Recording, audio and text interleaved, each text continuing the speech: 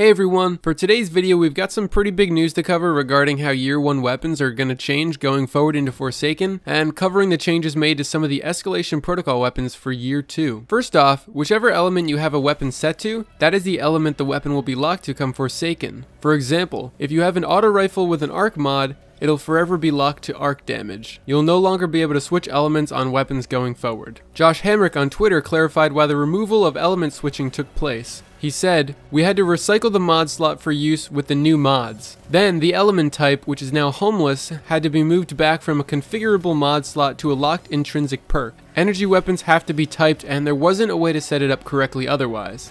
He also confirmed that weapons won't roll a random element. They are locked to one now.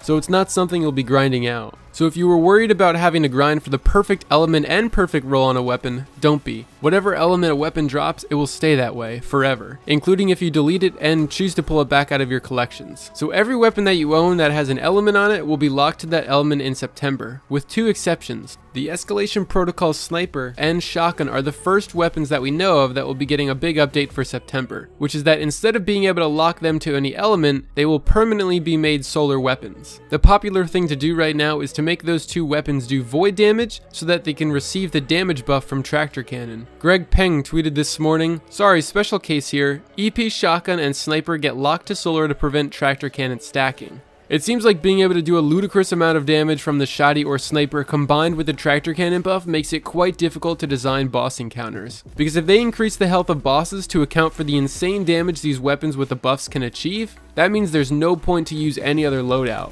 Long term, this seems like a good change as much as I'm going to miss having these weapons being void. That said, this doesn't stop you from stacking other void weapons with Tractor Cannon, especially other rapid fire shotguns like Perfect Paradox, or stacking powerful weapons with Melting Point. The Escalation Protocol SMG will remain untouched, so you're free to keep that locked to void if you want. If you are still hunting a weapon that you're missing or are still customizing the elements of your weapons, you have a few weeks left before things are locked. Remember that if you've collected any weapon or piece of gear since Warmind dropped, it'll show up in your collections when Forsaken drops. You can check DestinySets.com after linking your Bungie account to the site and see exactly what weapons you're missing from your collections. That about does it for this one. Thank you guys very much for watching, and I'll see you all in the next video.